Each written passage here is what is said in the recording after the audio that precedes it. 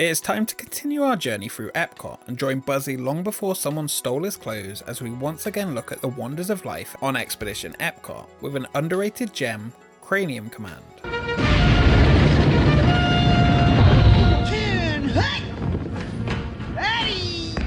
Alright, you pitiful submitted sad taxers, run and listen up! I'm your commanding officer, General Knowledge, and it's my job to turn you mealy-mouthed meatheads into a crack squadron of Cranium Commandos!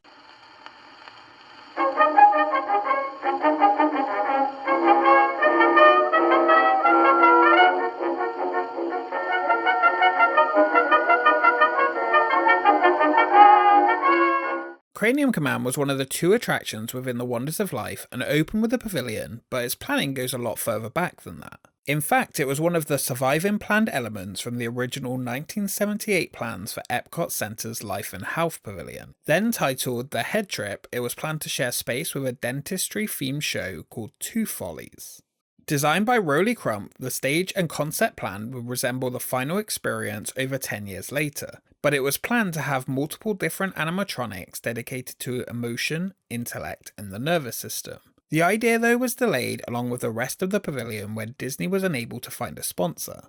In the mid-1980s, Disney CEO Michael Eisner finally secured a sponsor for the pavilion, and the development restarted, including the idea for Head Trip, this time with Imagineer Steve Kirk replacing Crump on the project. Steve had been previously involved with the design of the original Journey into Imagination pavilion. A little show here that we call Brain Command, which is an animatronic film show that puts the audience inside a theater that resembles a human head. And you look out the eyes, which are projection screens, and you get a story about how the brain acts as a communication center for the entire human organism. Working together with Imagineer Barry Braveman to round out the idea to a full attraction, they took inspiration from the 1943 Walt Disney produced animated propaganda film Reasons and Emotions. At this point though, they began to explore the idea of transforming the concept into a parody of the Star Trek franchise. The human head was to act like the bridge of a spaceship looking out onto the world. Each character would represent a part of the human body. Different captain and officer-like characters, each with their own 2-foot-tall animatronic. Eventually though, the budget was cut to only allow for 1 or 2 animatronic figures. With this reduction also came a new take on the idea, and it gained its final name, Cranium Command. It was an extravaganza from an AA standpoint. It was like it had 12 figures in front of you. It had the screens looking out the eyes to the outside world. It had screens looking to the. It was very, very, very elaborate. The show took on a military theme where the brain pilots took control of a mechanized human head with the main audio animatronic named Captain Cortex, who ran the body of a young boy. He would report to his commanding officer, General Knowledge, who would lecture the audience during the pre-show and also lecture Captain Cortex in the main show.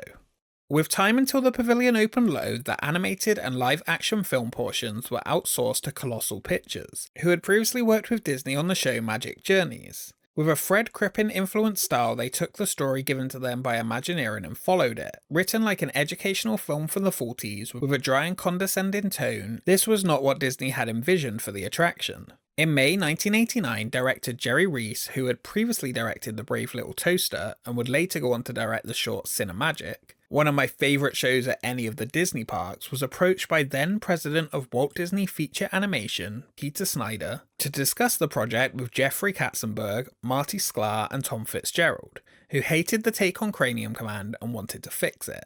After a brief review of the project, it was to be rewritten from scratch, this time giving Reese full creative freedom, with the only things needed to be kept were general knowledge and the overall stress management theme per MetLife's requests.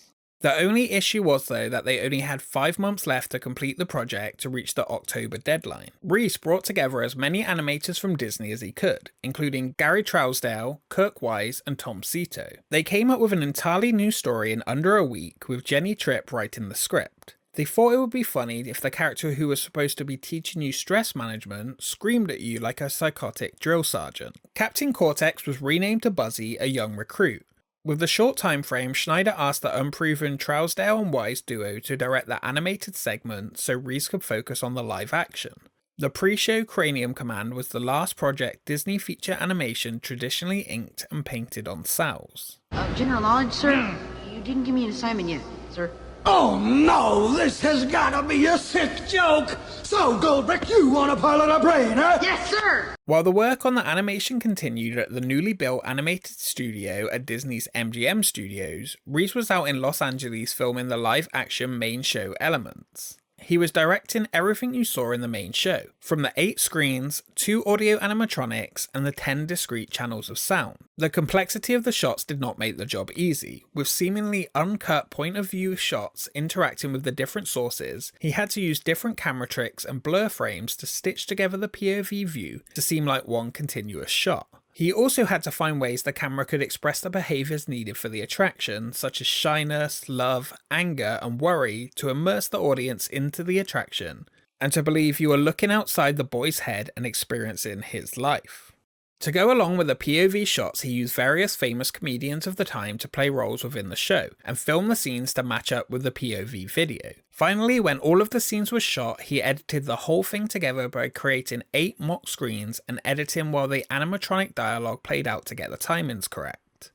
Back in Orlando, Reese recorded himself as the voice of audio animatronic Buzzy, and his wife and fellow animator Rebecca Reese took control of the live animation of the drone-in hypothalamus robot, as she was the one who originally came up with the idea behind the character. The character itself was actually voiced by Kirk Wise. Finally, composer David Newman, who had worked with Reese on The Brave Little Toaster, wrote the show's musical score.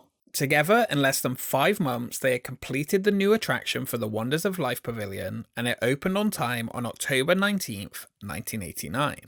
It's my job to turn you mealy-mouthed meatheads into a crack squadron of Cranium Commandos! Your job, if you can cut it, will be to run the most sophisticated information system ever devised, the human brain! Whoa, what's going on? Where am I? Whoa, quick, let's find some clothes. There's gotta be something in here. Oh, good pants. Shirt's okay, it's only been worn a couple days. Shoes. All right, we're out of here. Use your head, don't lose your head. It's easy. You'll be flying in no time as a member of the Cranium Command. Located at the back of the Wonders Pavilion, you walked into a holding room with a digital counter reading telling you how long until the next show started. Large propaganda posters entice you to enlist in the Cranium Command, and brain teasers and puns set the stage for the tone and concept of the show. The pre-show movie, led by General Knowledge, who was voiced by Corey Burton, who's done extensive voiceover work for Disney, briefed the Cranium Commando troops on their mission to pilot human brains and keep the people out of trouble. The bumbling little soldier named Buzzy had been given the most difficult mission of all. A 12-year-old boy, and you were about to follow him on his mission. Roger, 12-year-old, all clear for takeoff until the 19er Tango. All clear, over.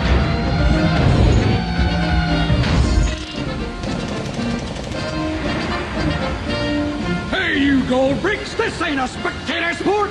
Where do you think you are, Disney World? Get your strollers in line and hustle! On the double! Move it, move it, move it! The main show was presented in a 200-seat theatre designed to represent the human head, with the outside world seen on video displays where the eyes would be. Good morning, ladies and gentlemen, and welcome to the Command Center. On behalf of the Walt Disney World Company, we hope you enjoy the rest of Cranium Command. Take it away, Buzzy.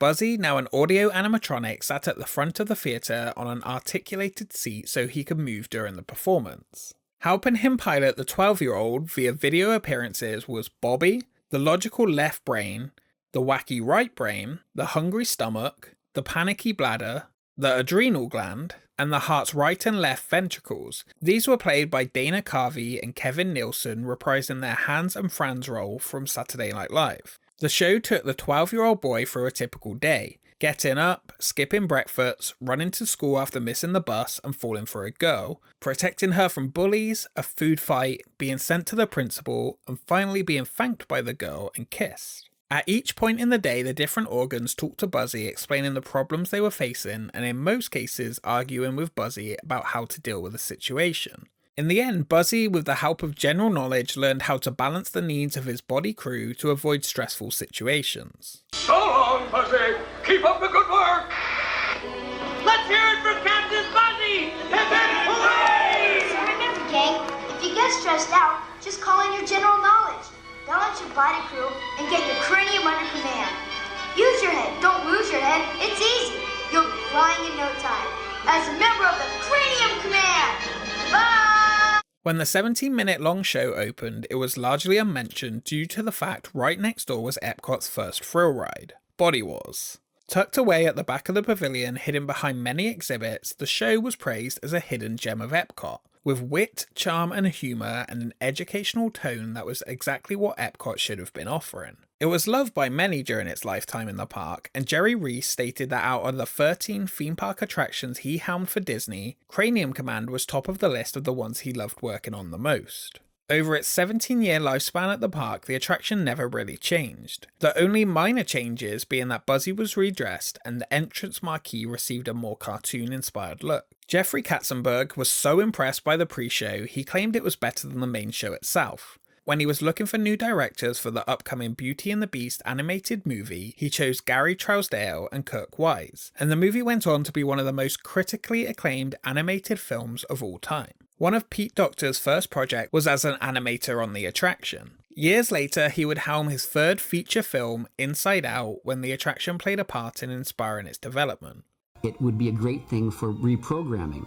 This same theater could have sequential shows. One year you have a certain show about decision making of an adolescent. Next you have one about growing old. Next you have one about getting married. Next you have one about how nutrition and exercise work. So every couple of years, change the programming, change the software, and it would be a great, great vehicle to talk about all kinds of health issues. But that didn't come to be. When the whole pavilion lost its sponsor and became a seasonal attraction, so did the show, before it closed with the pavilion on January 1st, 2007, never to operate again.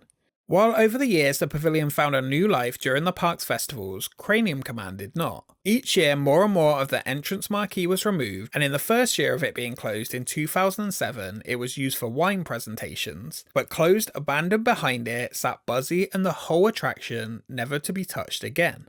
Over the years, some of the events team had taken to locking people inside with Buzzy as an initiation to the team, and some were even known to sit inside with him and eat their lunch there. Over 10 years later though, things would change. Over the years, multiple people have snuck into the attraction and posted evidence of Buzzy sat abandoned in the dark, but this time reports began to surface that Buzzy had been stolen and sold. While this wasn't confirmed, what was confirmed is that an arrest had been made for stolen clothing items from the character, and anything more than that remains unknown. Was Buzzy really stolen, or did Disney remove him after items of his clothing were stolen to stop future abuse, as he had already been tagged for removal? My thoughts side with the latter, but what do you think? Let me know in the comments below. One thing confirmed though is now the shell of the theatre, minus its animatronics, sit waiting for its next update to the Wonders of Life, whenever that will be. Gee, it sure is dark in here. There's gotta be a light around here somewhere. Thank you so much for watching this episode of Expedition Epcot. We still have another stop at the Wonders of Life with a look at Epcot's first thrill ride. Make sure you subscribe to join us on the expedition, and a special thank you to our Patreons for supporting the channel. Check out our Twitter and Instagram for updates on upcoming expeditions, and we will see you next time.